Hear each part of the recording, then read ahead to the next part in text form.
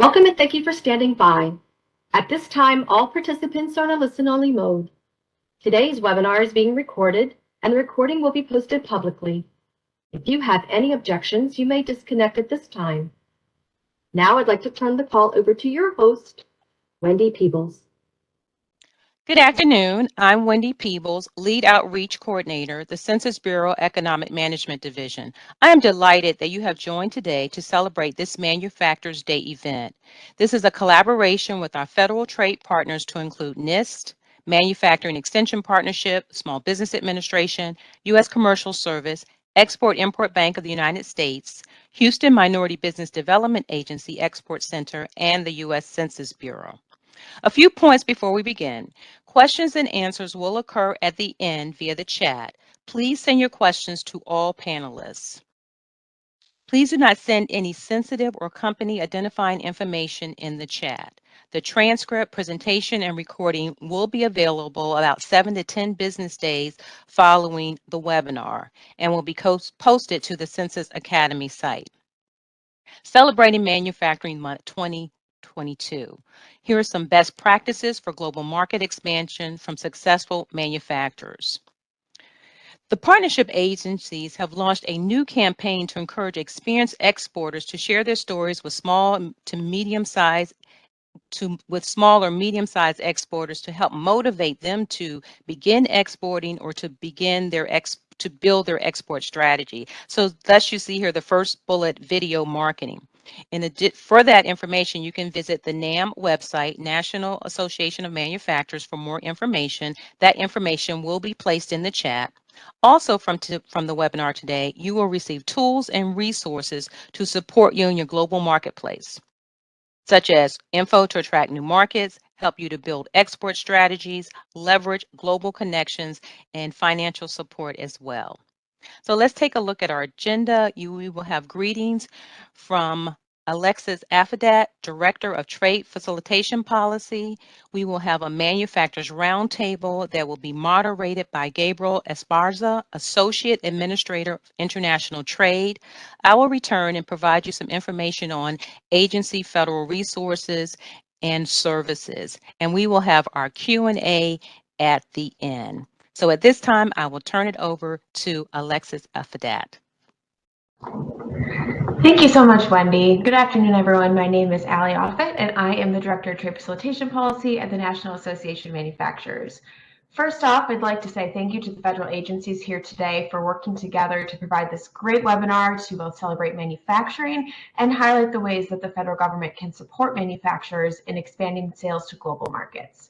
The NAM is the largest manufacturing association in the United States. We represent 14,000 manufacturers, large and small, in every industrial sector and in all 50 states, along with the over 12.8 million workers they employ. The NAM celebrates and advocates for manufacturers in the U.S. throughout the year, but October is a special month.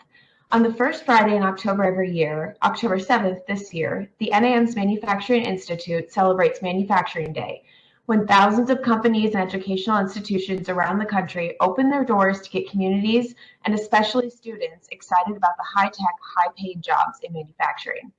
This is critical because the manufacturing industry needs to fill 4 million manufacturing jobs in the next decade. We also take every opportunity to celebrate manufacturing during the full month of October, and I'm excited to be back at this webinar this year and partnering with the federal government in a new way. We know, and I'm sure many in this audience know, the importance of exporting, which supports the sales and growth for manufacturers in the United States and the well-paid jobs that come with it. The NAM supports policies that foster an open global economy, and while manufacturing exports from the U.S. have increased over time, more growth is definitely possible. That's why this year we're inviting manufacturers who have experience and success with global sales to share their stories through a short video clip to help spread exporting knowledge and encourage other manufacturers to begin or grow their exports.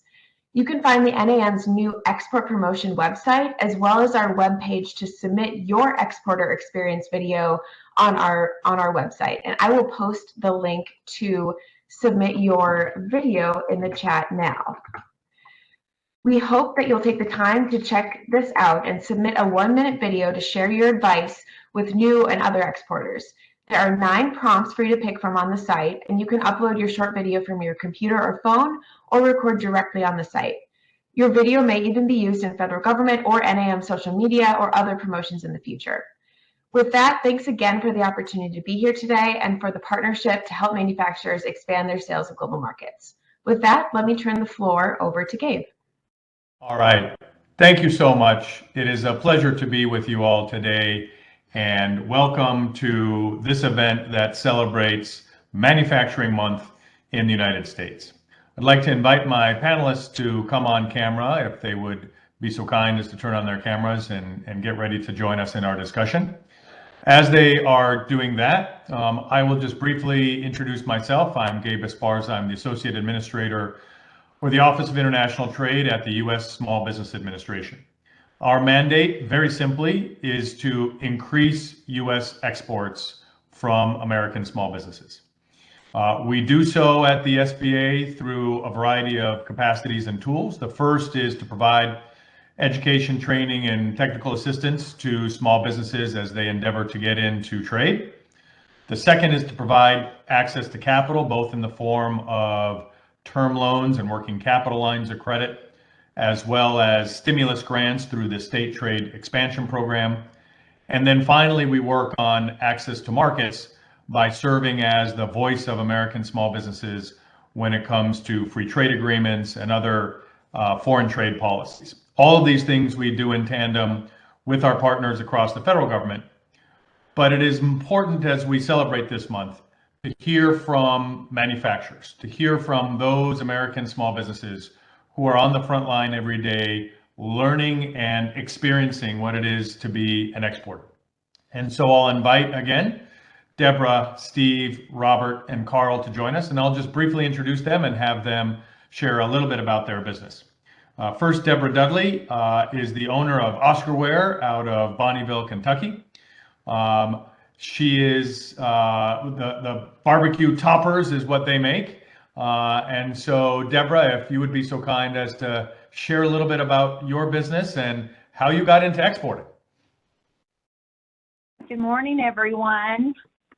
Oscarware is a family-owned business with 34 years experience in the barbecue grilling business.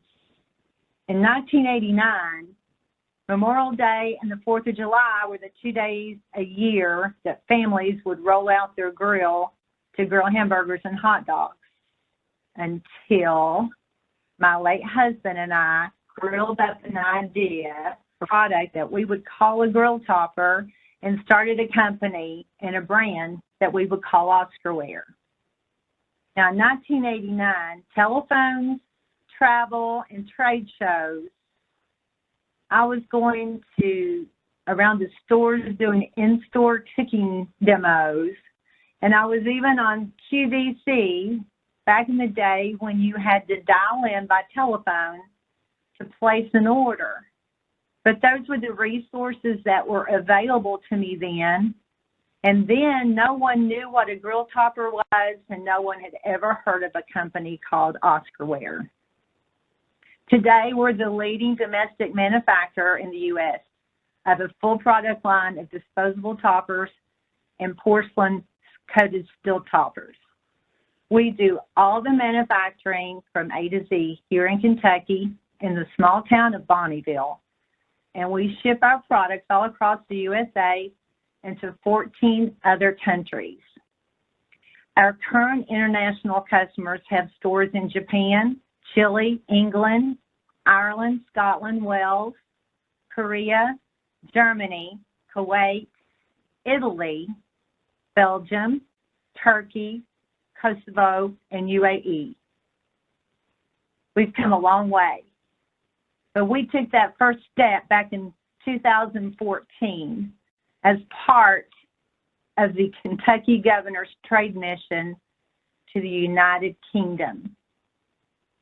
What a great experience that was in learning about all the resources available to help us grow our business through exporting our products. Now, those resources that we've used over and over again, Small Business Development Center, the World Trade Center, the U.S. Department of Commerce, the International Trade Team, the U.S. Commercial Service, Kentucky Cabinet of Economic Development, and the State Trade Expansion Program, the STEP grant. Those are things that I call my amazing things that have helped me grow my business internationally and enabled me to meet with one of the big 4 retailers in the United Kingdom. And that company's name is Asda, part of the Walmart family. In 2015, we shipped our first 40-foot container full of grill toppers to the United Kingdom and introduced our toppers to Scotland, Ireland, England, and Wales. The results, we had 5% increase in sales the first year, and we are still exporting those full containers today. Our next shipment will be in January of 2023, and that will put us over 1 million grill toppers that we have shipped to the United Kingdom. And these resources, they have helped me connect with other countries too: Canada, Mexico, Australia, and India. And they've done this through face-to-face virtual meetings where I've never even had to leave this chair that I'm talking to you from today in Bonneville, Kentucky at Oscarware. Since 2014, the STEP grant has reimbursed me for over $50,000 in expenses relating to my export business. $9,000 of that was for product videos and infographics for my new website, my new e-commerce website, which just launched last week. The global e-commerce business is creating more opportunities for me to sell my products internationally. These are key reframing steps in growing my business and diversifying my entire customer base. Well, Deborah, I can surely testify to the fact that you have entirely changed the barbecue industry by creating a new product and a new segment of being able to grill anything virtually through the use of your product. So thank you for leading that transformation and sharing your story on how you came to be an exporter. Let me turn now to Carl. Carl Miller is the COO of Blue Vigil that manufactures drone extension cords. So I'll be curious to hear some more explanation on that. Carl is out of Reston, Virginia. So Carl, if you can share a little bit more about your story, your company, and how you got into exporting and the use of the federal government resources that you might have taken advantage of. Thank you for the opportunity to join the panel today. As you said, Blue Vigil, we're a Virginia-based company, been in business since 2015, so we're a relatively young company. We are primarily in the drone space, and we our legacy product that we've been manufacturing here in the U.S. is a power tether, and it's basically a sophisticated extension cord.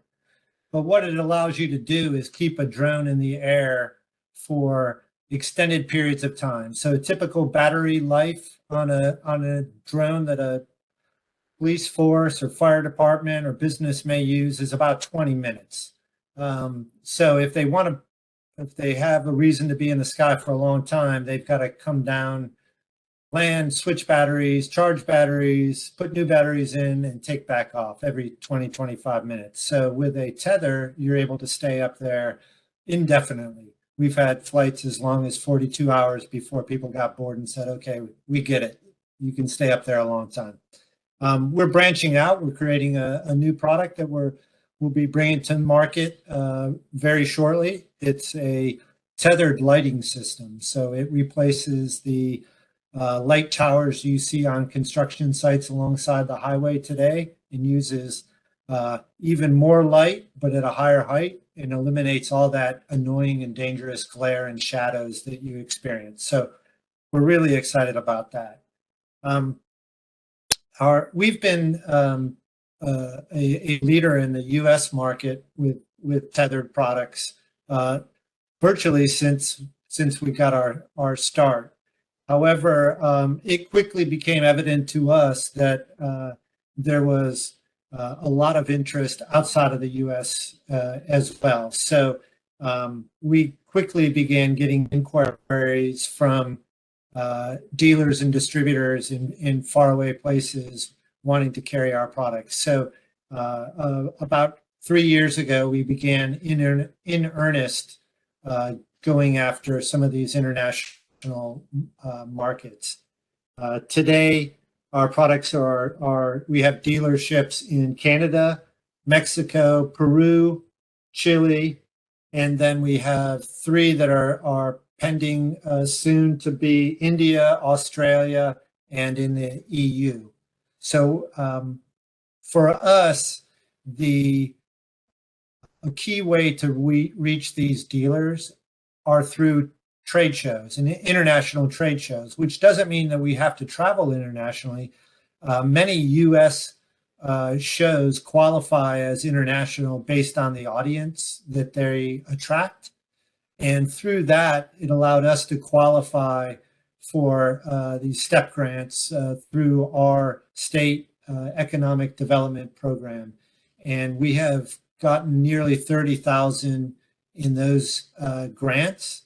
What it's allowed us to do, and we'll talk about this more in a little bit, is to produce some really good videos, which have turned out to be what we found the best way to reach our broad audience. Perfect. Thank you, Carl. Let me now turn to Steve Jans. Steve is the VP of Sales for Flow Sciences, which makes glove box or fume hoods for science labs and other applications. That, of course, is way out of my area of expertise, Steve. So, and you're also in Leland, North Carolina, which is out on the coast. So, Steve, if you could share with us, same question, a little bit about you and your company and how you got into exporting and utilize the services of the federal government to further those interests. Thank you, and thank you for inviting us to the panel today. The picture on the upper right is a glove box, and it has a little control box on the right and a little what we call pass-through on the left and 3 gloves in the middle with lights. So the importance of a glove box to a chemical researcher and different industries for being around since 1988. Most of the research and our product range was developed for we'll call big pharma. Big pharma obviously does a lot of manufacturing and a lot of research and a lot of what we call standard operating procedures in North America. As we were growing, what they would like us to do is our customers basically said, we have facilities outside of the US. We would like your product there. We can give you a technical introduction, but we can't help you with a commercial introduction on how to sell your product there. So for many years ago, we got involved with the US Department of Commerce and learned and keep learning. And we share what we've learned through forums like this to be able to not only produce for North America, but now export to well over 30 countries.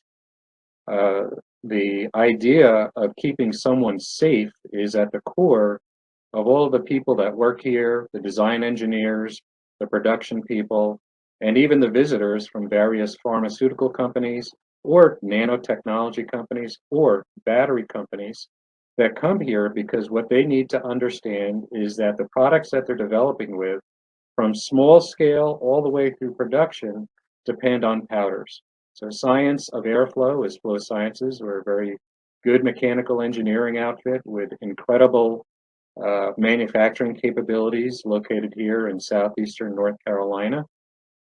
We have utilized the universities around here for market research. We have utilized the U.S. government and the Economic Development Partnership of North Carolina to get the SBA funds for STEP grants, as you've heard from the prior two speakers. We've used federal funds to go on what we call Gold Key, which is a matchmaking service. And as we move into newer times, obviously over the years, we've been utilizing any type of communication device that works. It used to be a handshake and a trade show and literature and maybe translating that. Now we do probably web conferences 3 to 4 times a week outside of the country, anywhere from trying to help someone that introduced themselves to us via a website to a live product from our demo laboratories. And then for the distributors that we do bring on board, we also have training videos and live video conferences for installation and servicing of the equipment. Thankfully, our product lines, glove boxes, are filters, fans, and certain types of air alarms to let people know that they're working correctly. Basically a low maintenance issue for the pharmaceutical industry. But over time, the picture tells the story, going into countries where even on a scientific technical product that's going into a controlled environment, we call it selling over the barbed wire, because all of these are FDA facilities, whether they're American multinationals or native country pharmaceutical plants, they're all very protected and very guarded. So in trying to qualify the distributors that can carry our technical and our commercial message, we've had a good process with the government, and part of that is volunteering with the North Carolina District Export Council.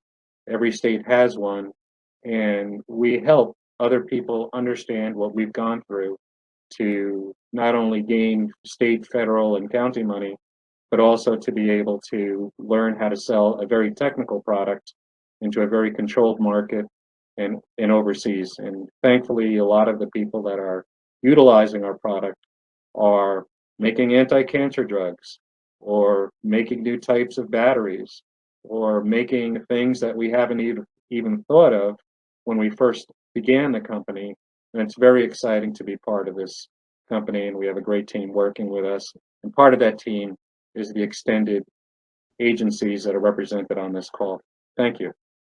Steve, if I can just ask you a quick follow-up, because I'm reminded from the answers from Carl and Deborah as well, that it sounds like you're working through a distributor network, right? So one of the things that is always interesting for new to export companies is how they find buyers, right? So are you going direct? In your case, it sounds like you're a B2B company. Are you going direct? Are you going through a wholesaler, a dealer network? It sounds like you're using distributors to help promote your markets overseas, to promote your products overseas. Absolutely. We go through distributors, and these people are not technically shy. They probably have complementary products or other things that might go into a pharmaceutical manufacturing facility. They might have, an older phrase might be they already have business cards or Rolodexes to be able to get them in. And then what ends up happening is if we do bring on a new distributor, and distributors know distributors, so there's a whole way we can talk about networking a different day. But what'll happen is we have a new distributor in a particular country, and he is going to be gaining his first sales. And for us, we now have EXIM credit insurance for him. I know EXIM is going to be talked about later. But that essentially gives us a credit line for a first-time distributor for us. And that's really important, because selling capital equipment, we can't be shy about cash flow. We do need to understand the payment methods, and we have to be very cautious. So we use the government to give us some guidelines on that, and the EXIM people and their brokers are extraordinarily helpful. So thank you for that. We'll come back to trade credit insurance, the EXIM Bank, and I'm gonna ask Bob to come on now, and we'll talk about you, Bob. But I'm gonna give a heads up to Deborah, because I don't recall if you are working through distributors and wholesalers or if you're going direct. So we'll come back to you on that one, Deborah. Heads up. But for now, let me turn it over to Bob Ruffini, president of Flextrol, and like Steve, a product that I'm personally not aware of or understand all that deeply. So soft magnetic composite materials for induction heating. So Bob, if you could tell us about your company, how you got into exporting, how you use the federal government. And lastly, I think on you that I didn't mention, you're out of Auburn Hills, Michigan, which is where I believe the Palace is, where the Detroit Pistons play, right? So Bob, take it away. Yeah, hi. Thank you very much. I appreciate the introduction, Gabe. Flextrol is an induction heating solutions company that provides proprietary, trade secret, soft magnetic composite materials and expert consulting for various applications and manufacturing. We specialize in magnetic fields, electromagnetic induction heating processes used in automotive, aerospace, food packaging, additive manufacturing, cancer treatment, organ transplant, and deep sea space exploration. So we're based in Auburn Hills, Michigan, just outside of Detroit, established in 1981. We started exporting in 1990, and our product is now sold in more than 50 countries. We've had at times up to 70% of our revenue international. So we've been selling abroad for 30 years. We first started, you talked about distributors and access to market. It's not always easy for all the small business to have like the luxury of selling a product or service that's accessible and global and simple to buy. And so a lot of times, we started exporting after 10 years of business because we had such a good uptake in the induction heating industry. We decided, well, there's a lot of other markets outside of America. We should go after that. My father was a founder in 1981, and my brother and I came on shortly in the 1990s. He passed away in 99. Either way, we now have partners in 20 places: Japan, China, South Korea, Italy, Sweden, Germany, India, Mexico, Poland, Thailand, to name a few. We're selling in Romania, partnership. Boots on the ground, super important. But we first funded it with consignment inventories, and we sent out. And then after a while, we said, if you want to be a partner, you're going to buy the consignment inventory because it's a real big headache to monitor that. One other thing, though, we've always had international on our mind. Before we started working with the Gold Key service or the trade missions, we've done quite a bit. I work closely with the state of Michigan. The United States Department of Commerce is an Eastern Michigan District Export Council member for probably over a decade. So we've relied on, the international experience that we already once had, our own company goals, and different types of resources available from the government. The federal level, we went to Russia. We were sitting alongside Borg Warner. They're thinking about putting in $1 billion investment. The trade missions can be at state level too, going to an automotive trade show in China. Or a technology cluster here in Troy, Michigan. There's Automation Alley. There's a lot of trade missions, and what we typically do, we'll deploy our own resources and goals with strategic intent, do the SWOT analysis in these markets. But so we already may have boots on the ground, but if we are going out and looking for them, we'll go to trade shows. Not as much as significant anymore because of the the crisis. Typically for us to put down in a trade show, it costs us $50,000 for space and display. That doesn't include other expenses. You could take a $50,000 or $100,000 investment and put it more into a repurposeful, media, transmedia platform and get your message out to a wide range of people. But that's all I want to say right now. Thank you very much. Oh, and remind me, same question that I had for Steve. So you are going through distributors, dealers, wholesalers, some version of a middleman to get your product to the end user? Yeah, that we cultivate, that we worked with them for a long time because we started, with 10 countries back in 1990. So we've really had our teeth cut and really extremely well experienced in international before we started leaning on the U.S. Department of Commerce and the trade missions and the Gold Key services. So it really helped a truly experienced small business company to go far further than when we could independently, trying to contact like the silicon carbide market or the silicon market at certain times. There's resources within the Department of Commerce that can align you with partners and researching partners. And we've used a lot of resources there at USDOC. Perfect. Thank you, Bob. So Deborah, I had teed you up for this one. Yours is the product that I believe is the most potentially direct to consumer. So when you are selling overseas, how are you doing it? Again, through a middleman, or are you going direct, perhaps even through a website? Are you going direct? How are you doing it? Well, currently we're going directly to the customer there, and we ship the products directly from our door to their warehouses there in the United Kingdom, and through Army Air Force Exchange, they pick up the product here and then they distribute it to the military outlets that they ship out to, which is in over 10 countries that were on the military shelves in those stores. The customers that were on shelf in also have online presence. They have that available product that's in store online, where it's reaching other countries that they have, that they're shipping our products to. And so everything's changing from just what one, if you're in the store, you're basically going directly to the consumer through them.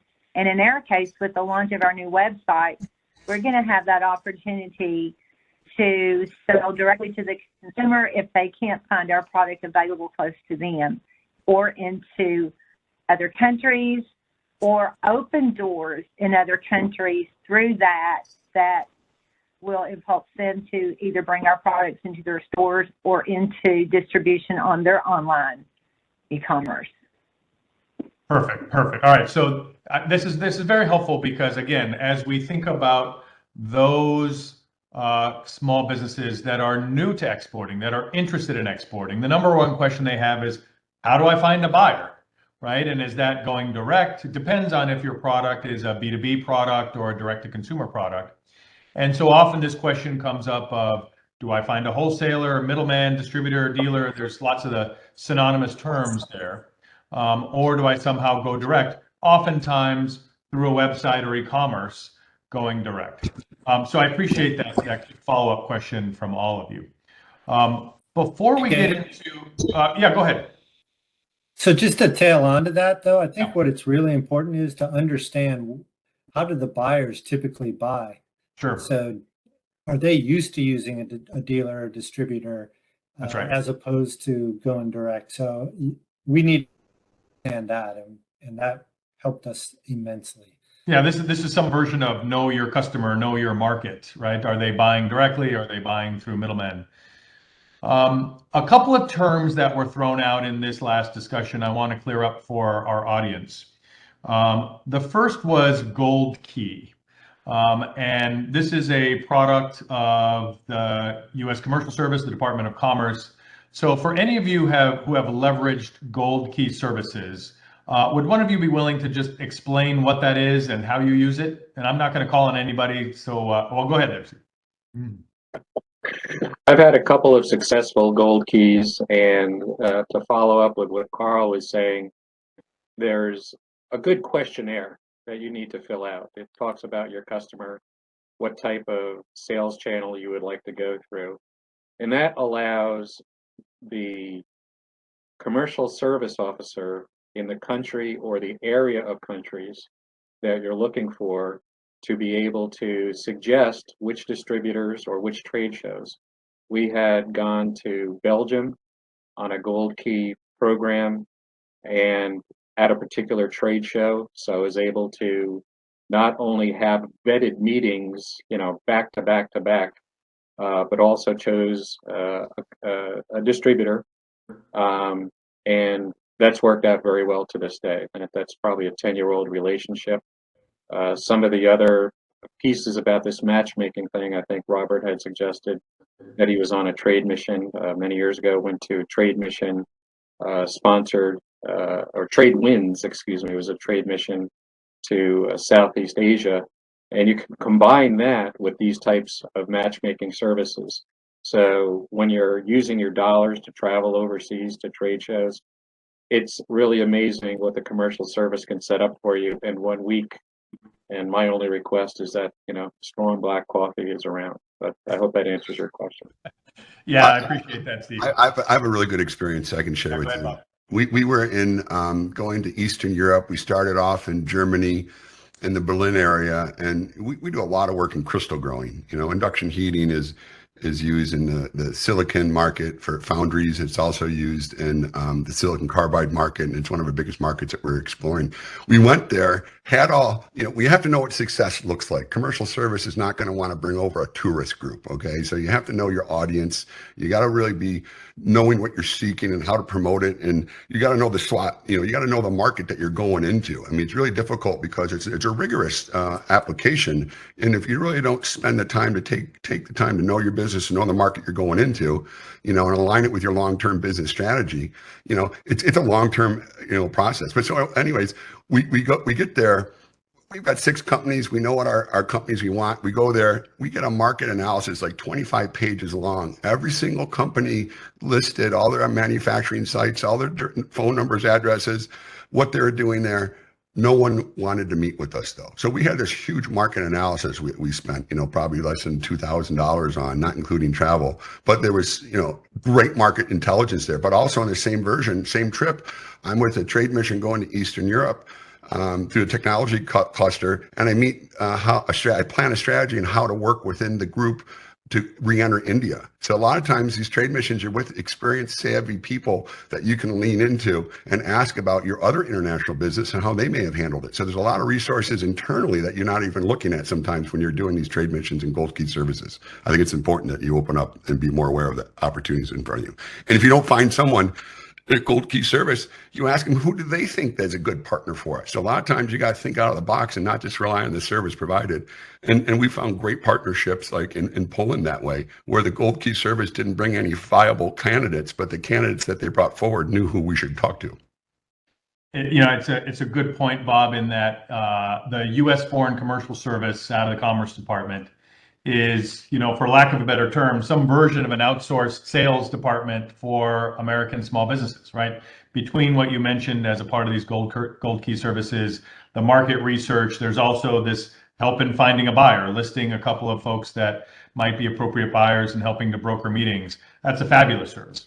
I will say, because my team manages the State Trade Expansion Program, or the STEP grant program that's been mentioned a few times, STEP funds can be used to offset the fees of the Gold Key services through the Commerce Department. And similarly, many of you mentioned trade shows, trade missions and trade shows. This is another reimbursable expense through the STEP program. So just by quick show of hands, how many of you have been on a trade show overseas? How many have used and gone on trade shows overseas as a part of your sales process? And for the two of you, have you used STEP funds to be able to offset those costs? So definitely. So, when we think about finding a buyer, again, this is part of the journey where, how do you find a buyer? Is it through a middleman? Is it going direct? Is it on a trade show, trade mission? The resources that we've just been describing, those Gold Key and other Commerce Department services, are often offset by the reimbursable expenses that the STEP grant provides money for. And so you can see how the totality of government is coming to work here. So trade shows would be, or trade missions would be, another in-person opportunity to market your products and services. But marketing as a broader subject, I'm very curious to hear how you market your goods and your services. And so whether that's through websites, whether that's through videos, let's talk a little bit about marketing. And Deborah, maybe we can come back to you as to how you've gotten and transformed the barbecue industry through innovative marketing on your end. So go ahead, Deborah. 1 year ago, we invested in 2 professional product videos. And from those videos, we were able to create so many IP assets, like lifestyle images for marketing ads, for our website, and our videos are on YouTube now. But we're creating the launch of our website just last week. We're creating ads right now that we're sending through Facebook, and I'm learning all this stuff. This is all new for me. I've never done it before. I mean, I'm back in the day when I was at those trade shows in Chicago and San Francisco and New Orleans, and how much money they cost me to go there and stand in a booth for 4 or 5 days. Not to mention, if you didn't have that beautiful booth with all the bells and whistles, you didn't matter. But through my product videos, with the ability to show and tell how you in your backyard with your family can experience such a wonderful time and memory with my product, and to tell you how great my product is and connect with you on your smartphone is huge. I mean, I think of what if I would have had this opportunity back in 1989 when my husband in our backyard were grilling on a piece of expanded metal that nobody even knew existed. And the opportunities and the STEP grant, again, the STEP grant paid for those videos for me. They reimbursed me $9,000 on those product videos. And they're fantastic. I mean, I can tell anyone, anywhere, about my product from right here in any language so that they can connect with my product.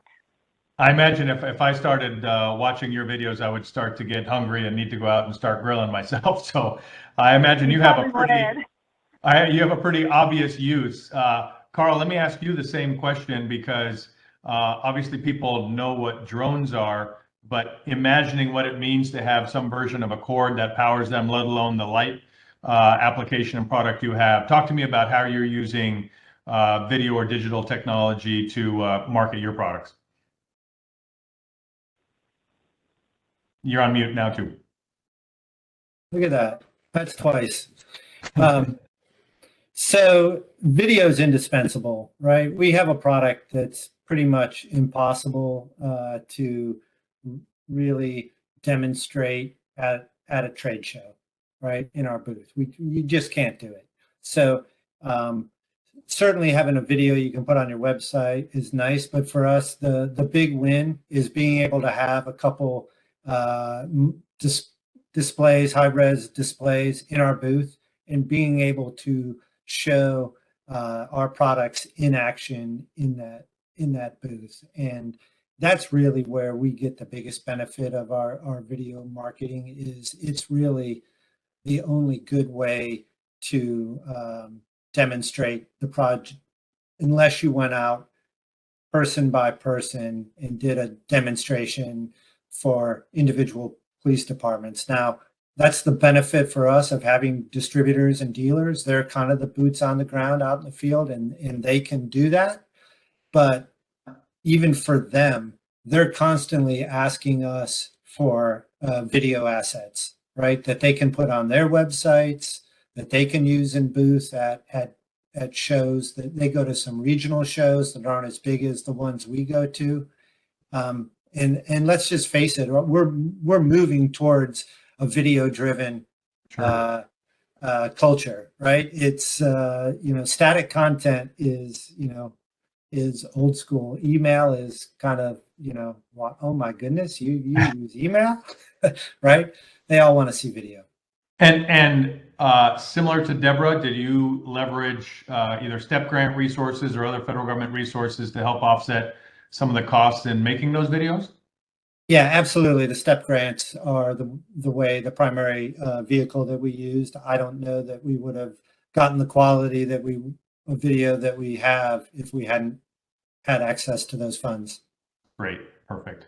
All right, well, so Steve and Bob, you have more technical products in that they're for either the science community or other manufacturing communities. So talk to me about your use of video and digital technology to be able to explain, let alone promote your wares. Steve, maybe we can start with you. Sure. I think the days of double clicking through a website are pretty much numbered to try to get to manuals and other things. People want to see the video.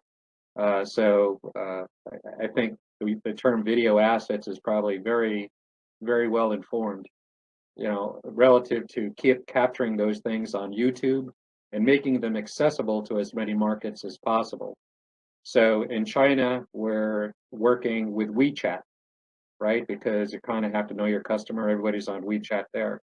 And so except for, the marketing piece, which, there's how-to videos and there are instructional videos and there are showcase videos. And going back a few years, we used the Southeast Technical Assistance Program, which was another federally funded program to produce a video on, showcasing a particular product. That video asset is still used to this day for instructional purposes.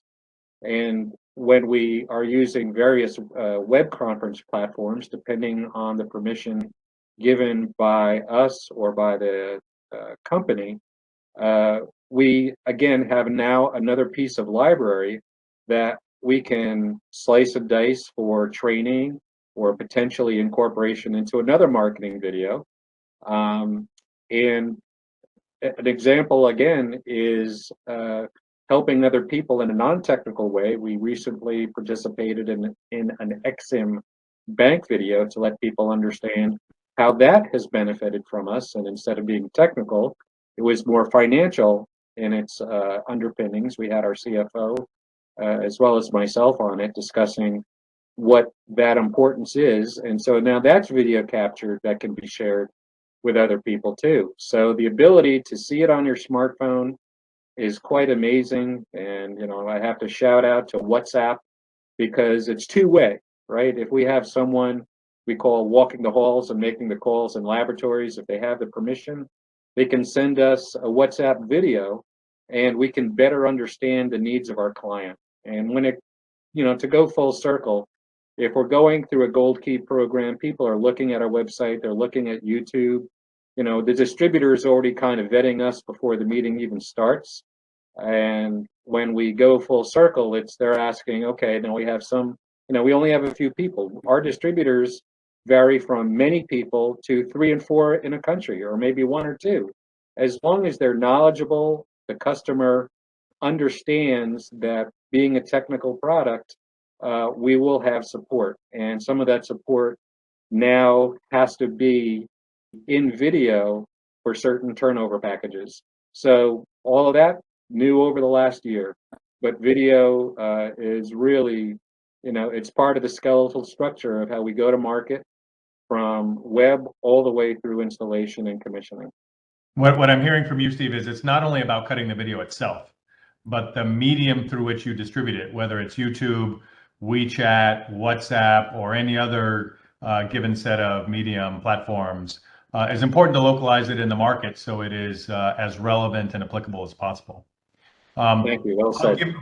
I'm interested, Bob, on your end, because in addition to video and digital technology, I understand, and if we could pull up the slide of Bob's company again, you've also created sort of a digital presence, an interesting cartoon character, if you will, to promote and explain your product. So talk to us a little bit about how you're weaving all of those things together to do your marketing at Flextrol.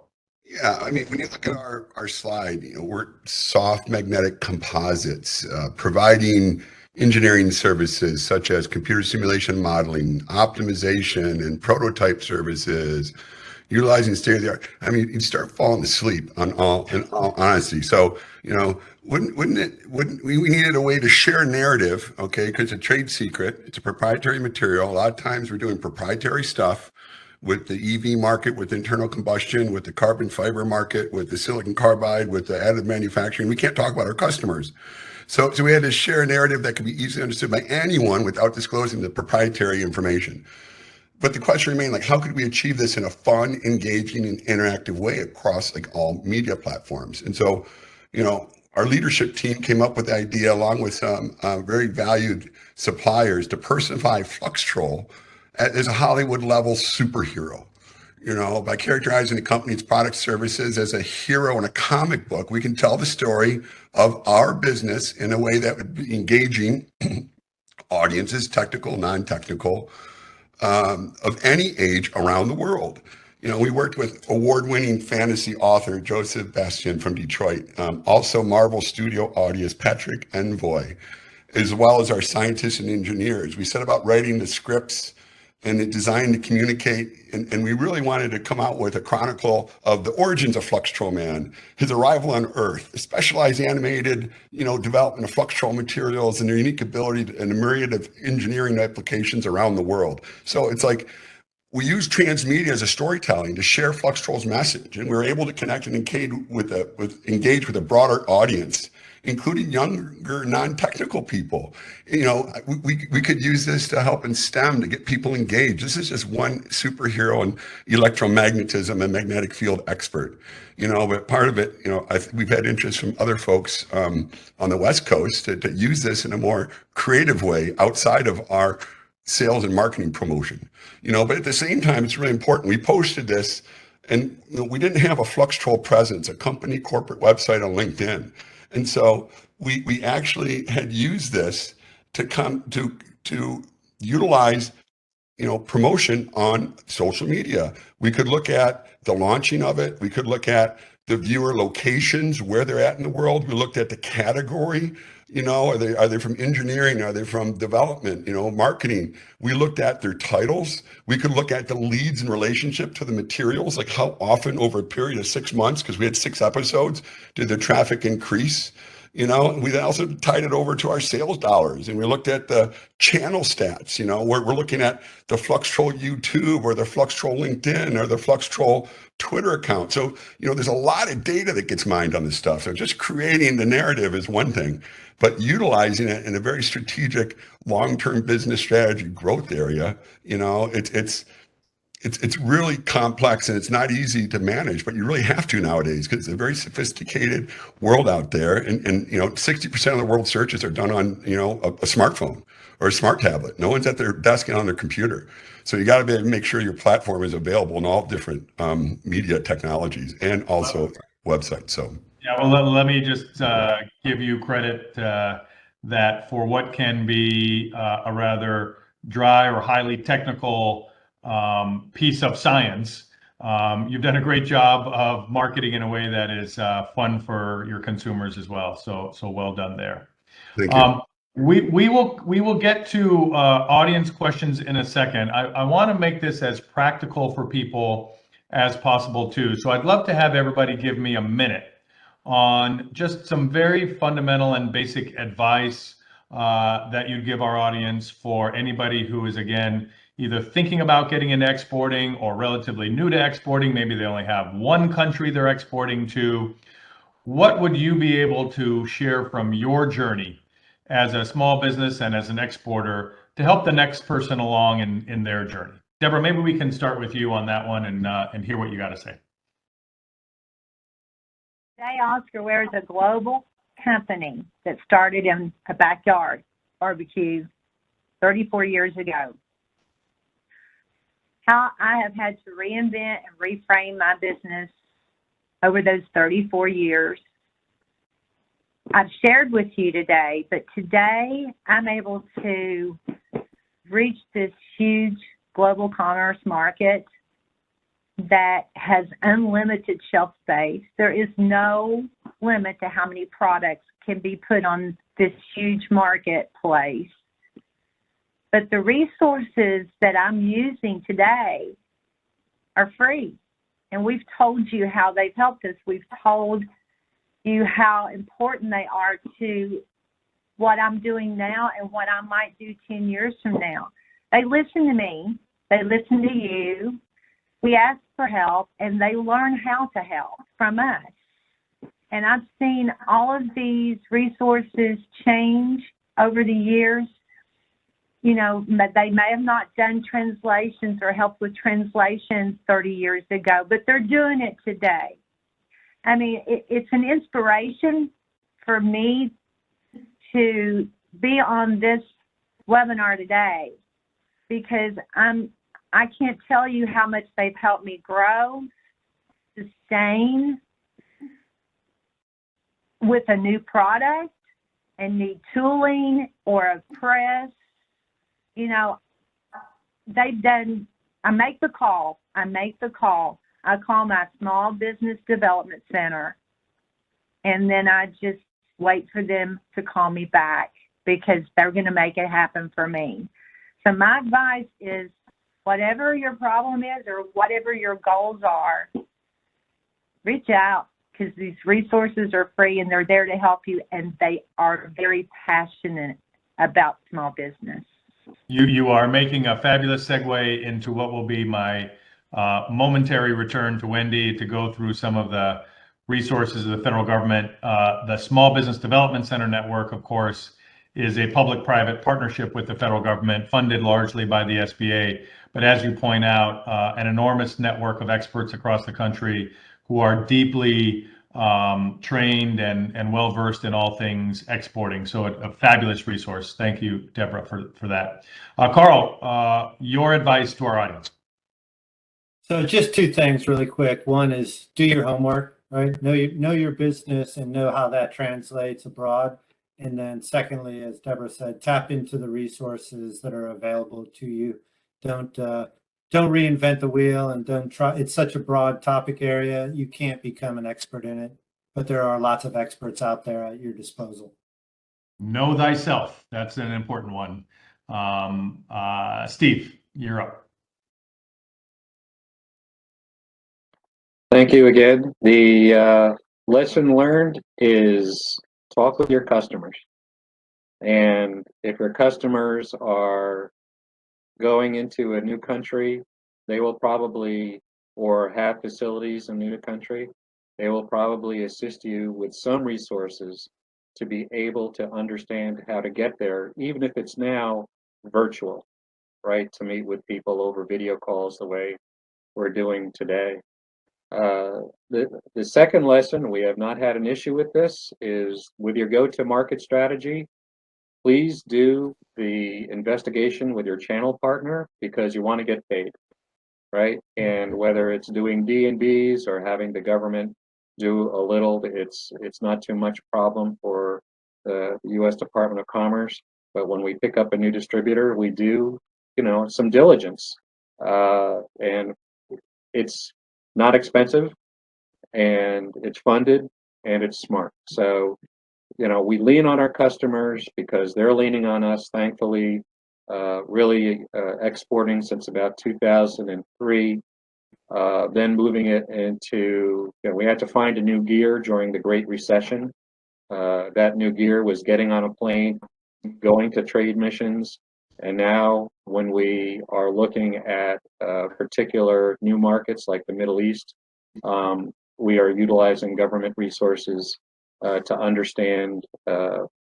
And one of the resources you said, local, the SBTDC teams up with universities. We've had several market research reports done for us by MBA teams. They want to learn how to export, and they may not have been exposed to foreign markets in a way that's in textbooks. So we have had a lot of essentially amazing reports done by MBA students that have helped us not stub our toe when we're going into foreign markets. So again, the two pieces of advice: ask your customer, make sure when you're transacting something, you're going to get paid, and there's free market research out there for you if you work with your local civic community. Yeah, Steve, we've talked so much in this call about finding customers, finding buyers, marketing your wares. Getting paid is an important piece of the equation. So that's we might come back to that in the Q&A a little bit. Bob, let me finish up with you on your advice to our audience. Yeah, I mean, it's really the same stuff you're doing in the domestic market. If you're not exporting, you've got to do in the external potential market that you're going to. If you're going to Europe, you're not going to go in there with one, business plan, not one SWOT analysis. How you're selling to Slovenia versus Slovakia versus Spain versus Sweden. You're going to have individual market strategies. And so, I think one of the key advices is follow your customers. If they're going to India, you're going to India. That's an easy way to launch, and it doesn't take a lot of resources. But you really got to know, how are you going to define, what's your metric as far as success look like? Is it cultural awareness on yourself? Are you going over to explore the market and to put together a business plan? Are you going over there searching for areas which you can improve the process? Even if you have a strategic partnership, you want to improve their process of how to sell. Or you're going out there and marketing. You hear a lot of companies launch a new this and new that, and they're trying to promote the company. So, you really got to define what success is, as well as know who the audience is. You may need to have, the most important thing for our company is engineering is the international language of engineering is English, but your products, what your core values and competencies are, and then you're going to find, areas which you think you can, exploit, fill the gap in. And if you have those definitions, and then long term, I think it's really important, you have a multi-pronged. You're using internal resources, you're using external, maybe step funds. Deploy those strategically. It's a lot of money. And then look at distributor. We've looked at paying people. If it doesn't work, change it up in a year. Don't think that your first effort's going to be the long-term strategy. You may learn some lessons in how you're selling in Japan, versus how you're selling over in, another place like India.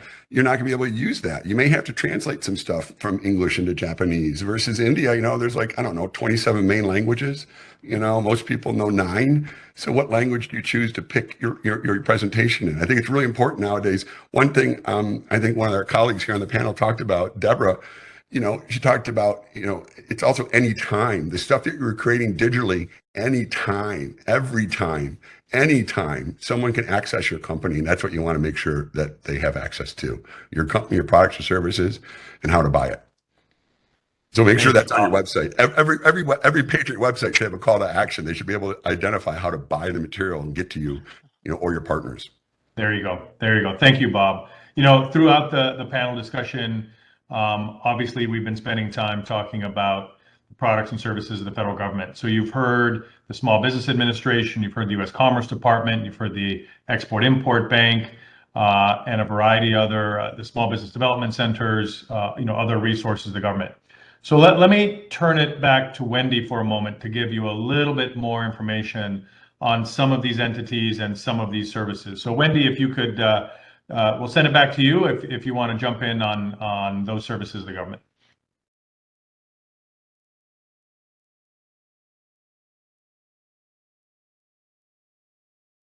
Wendy, you with us? Yes, I am here. Thank you, Gabe. Yes, just a little delay there. Yes, thanks to the businesses for sharing your export stories. I'm fascinating export journey. So as Gabe mentioned, I'd just like to continue on sharing some information from our various trade export promotion partners. So to begin, MEP, the MEP National Network comprises the National Institute of Standards and Technologies Manufacturing Extension Partnership. They have 51 MEP centers located in all 50 states and Puerto Rico, the MEP Advisory Board, MEP Center Boards, and the Foundation for Manufacturing Excellence, as well as over 1,400 trusted advisors and experts at approximately 450 MEP service locations. The MEP National Network strength is in its partnerships through its collaborations at the federal, state, and local level. MEP centers work with manufacturers to develop new products and customers, expand and diversify markets, adopt new technology, and enhance value with supply chains. Export Tech is a national export assistance program helping companies enter or expand in global markets, jointly offered by NIST Manufacturing Extension Partnership and the U.S. Commercial Service of the U.S. Department of Commerce. Export Tech applies a structured export strategy development process that assists companies to accelerate growth. The result is that companies rapidly expand global sales and save countless hours of efforts. And you can see their contact information listed here. Next, we have the SBA. They can keep you competitive. SBA's Office of International Trade helps small businesses to go global by providing business intelligence, grants to find customers overseas, and financing to support international sales. Looking for information to help you get started? The SBA.gov/trade tools website includes information on developing an export plan, identifying target markets, U.S. trade agreements, and more. And you can email www.sba.gov international for assistance. Are you concerned about the cost of exporting? The State Trade Expansion Program, commonly known as STEP, provides grants to cover the costs associated with entering and expanding information into international markets. So you have the websites here. Please take a look at those and just visit those as you need additional information. Lastly, having trouble securing capital to support your export growth? SBA's export loans can be used for working capital to finance foreign sales or for fixed assets, helping you to better compete globally. Next, we have the Commercial Service. The U.S. Commercial Service is the trade and investment promotion arm of the U.S. Department of Commerce International Trade Administration. With a network of 100 plus offices across the U.S. and in American embassies and consulates in more than 75 international markets, its mission is to strengthen the U.S. economy and help create jobs by expanding U.S. exports and facilitating inward investment into the United States. It is an export solutions provider, leveraging global connections to help businesses find partners and customers, assist with strategic planning, and provide foreign market and industry intelligence, website globalization support, and assistance in addressing trade issues. And let's see, one website that you can probably jot down quickly is www.trade.gov. Next, we have the Export-Import Bank, export solutions to support your growth. The Export-Import Bank of the United States is the nation's official export credit agency with the mission of supporting American jobs by facilitating U.S. exports. U.S. small businesses play a critical role in creating and supporting American jobs, and nearly 90% of EXIM transactions directly benefit small businesses. EXIM provides export finance solutions to empower these businesses, including companies with fewer than 100 employees or those that have been traditionally underserved, such as minority-owned and women-owned companies.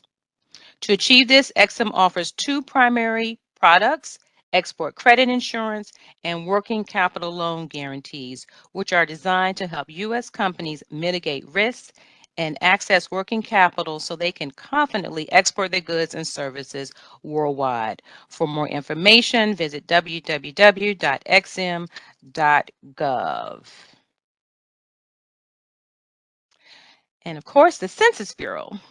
The Census Bureau is the official source of U.S. export and import statistics and regulations governing the reporting of exports from the U.S. to other countries. The Census Bureau provides extensive outreach and education to its customers on understanding the foreign trade regulations, classifying commodities using the automated export system, and utilizing trade data. USA Trade Online allows users to obtain monthly and annual trade statistics at the district and port level, as well as state exports and imports. For more information, please visit our website that is listed here on the slide.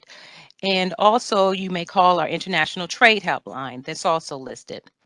Data tools are provided as free services by the Census Bureau and are dynamic tools that gives users access to the most current U.S. international trade data. In addition to trade data, we provide a wide range of domestic data such as payroll establishments, expenditures, and much more on the manufacturing industry. So I have one more agency that we need to cover, and that is the Houston Minority Business Development Agency Export Center. And here you can see that the center works with MBEs nationwide to provide technical assistance and business development that includes one-on-one counseling, export training webinars, and assistance with your export plan. And this certainly aligns with your other federal government resource partners to access the capital, export credit insurance, access to contract, business matchmaking with foreign buyers, and trade missions. And so we have the website listed here for further information. And let's see here. I think the next slide just simply kind of goes back to our landing page that we created for additional promotion of events for the month of October involving the manufacturing month celebration. As Ali mentioned earlier regarding uploading your videos, we certainly encourage you to do that. We heard a lot of great information for our businesses today, and we have some questions like you can just share what was your pivotal moment to begin your export journey, what challenges you faced, lessons learned when you upload your video. So we encourage you once again to prepare your short video, and I'll turn it back to you, Gabe. Thank you. Good. Thank you, Wendy. Let me just knock out a couple of questions here. If the panelists could come back on video. The first one was we had some mention of the Export-Import Bank, the EXIM Bank. And I believe, Steve, you mentioned that you had done some work with the EXIM Bank and trade credit insurance. If you wouldn't mind, just for people who are unaware, what is trade credit insurance and how did that work for you? You're on mute. You're on mute. Sorry. The Export-Import Bank is funded by the United States government.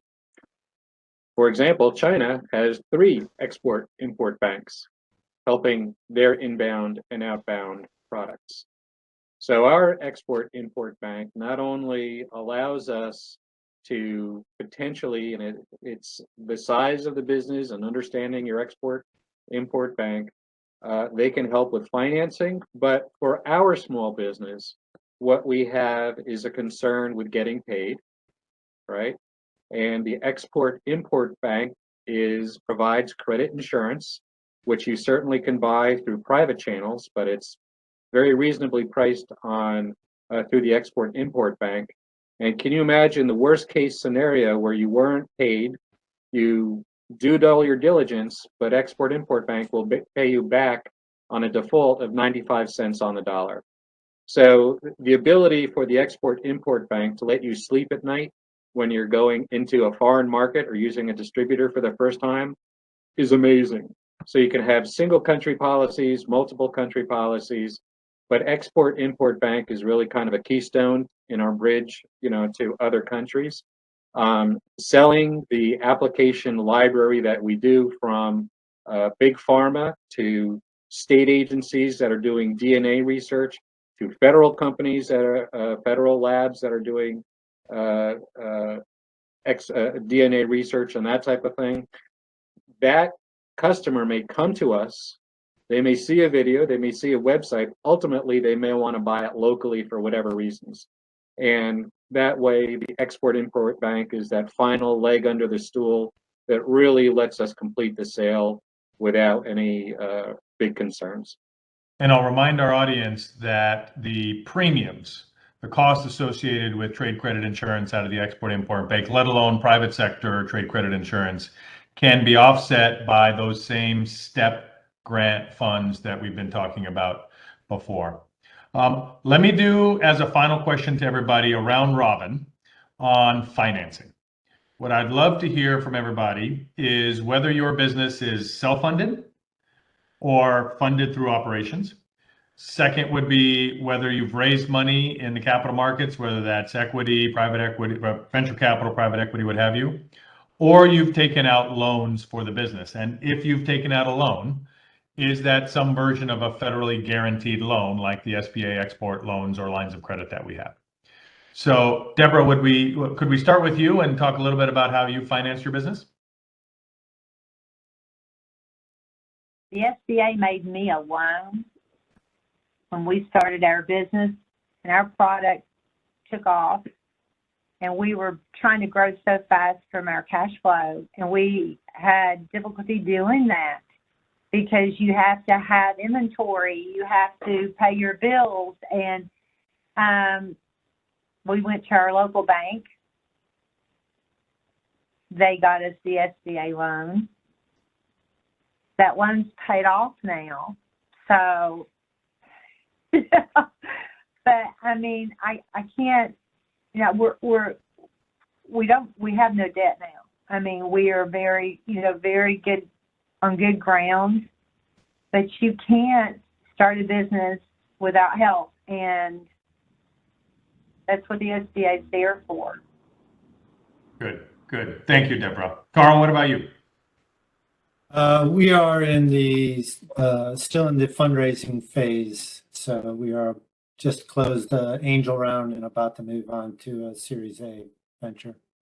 Excellent. I will remind our audience that the SBA also has a number of grant programs, SBIR and STTR, which are longer term seed capital, non-dilutive capital. So for those companies that are heavy into tech and the sciences, those are two other grant opportunities, which not exactly like venture capital because the government's not taking a piece of equity of the business, are meant to be longer term seed patient capital opportunities. Steve, on your end, how are you financing the business?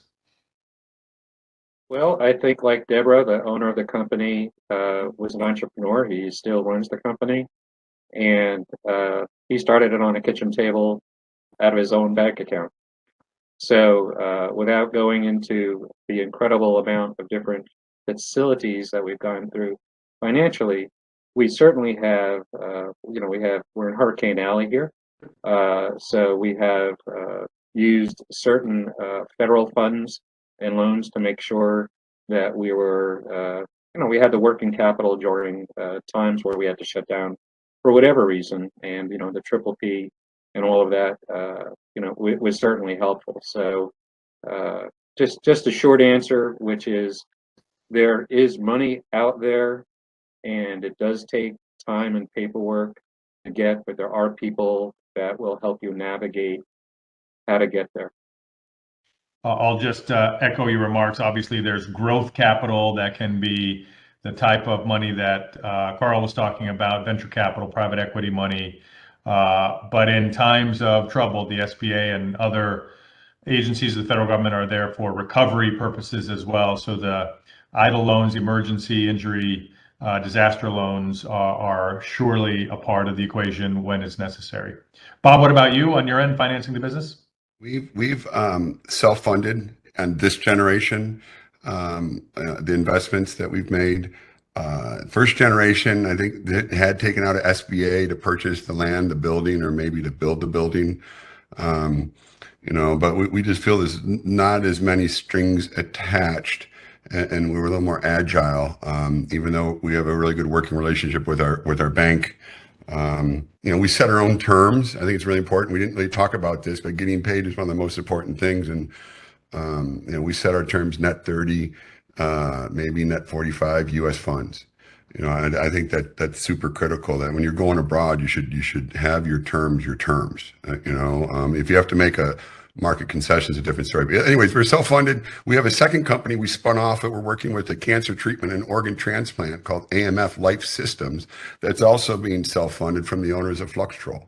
So we're finding it's important, especially in a young company, working with electromagnetic induction heating, hypothermia for cancer and organ preservation. You control the company as long as you can with your own resources before you start diluting your capital and your equity in the company. So got it. Thank you. Well, we always love to hear when companies are self-funded or are able to get conventional loans with their bank without the backing of the SBA or the federal government. Of course, the reason that we exist in so many ways is because we know that small businesses, by definition, are risky. We know that exporting, by definition, is riskier because of the longer sales cycles, the cash conversion cycles, and all the buyer risk, country risk, currency risk that comes along with that. And so the SBA and our friends across the federal government are there for those purposes and work with the private sector banking industry to guarantee those loans and those lines of credit. So I appreciate you sharing your journey in that regard as well. And of course, as we come to the end here, all of the information that you have shared with our audience is critical to understanding. It's much better to hear directly from small businesses, directly from exporters, as to how it's been for you, what your journey looks like. And so we appreciate your time today. Deborah, Carl, Steve, Bob, thank you for your time. Thank you for working with us as your federal government partners. And we are here for you. So we will look forward to engaging with our audience and all of those other small businesses who are interested in exporting or setting out on that journey. So let me turn it back over to Wendy, and thank you again for your time. Okay, great. Great. I think you have summed it up sufficiently, Gabe, and we are ready to close out. I would just ask as you exit to please complete the evaluation. We thank you once again to all the businesses for sharing your export journey, fascinating stories, and also to our federal partners that joined today, as well as to all of the businesses that are on the call. And thank you for your questions. Once again, the material will be available in about 7 to 10 business days and posted to the Census Academy site. We do ask that you complete the evaluation. We welcome your feedback, and that assists us in planning future events. So once again, thank you for joining, and this completes the webinar. Have a great afternoon. This concludes today's webinar. Thank you for your participation. You may disconnect at this time.